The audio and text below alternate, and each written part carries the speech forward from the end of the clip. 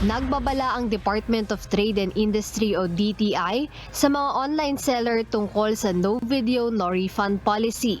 Ginagamit ito ng mga nagbebenta online para maobligang kumuha ang mga customer ng video kapag tinanggap at binuksan na nila ang kanilang mga order.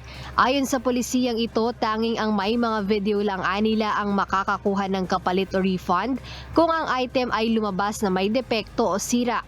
Ngunit paglilinaw ni DTI Assistant Secretary Amanda Nograles, ang no return, no refund o exchange policy ay isang paglabag sa Republic Act 7394 o Consumer Act of the Philippines. Ipinagbabawal ito ng DTI dahil karapatan ng isang customer na ibalik ang item kung ito ay depektibo. Dagdag ni Nograles na maaari ring humingi ng kapalit o full refund ang customer sa pinagbilhan niya ng depektibong item.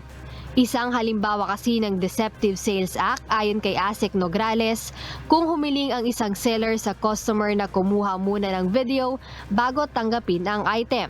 Para sa mga katanungan o sa mga nais magpadala ng report, maaaring tumawag sa DTI Hotline 1384 o mag-email sa consumercare@dti.gov.ph.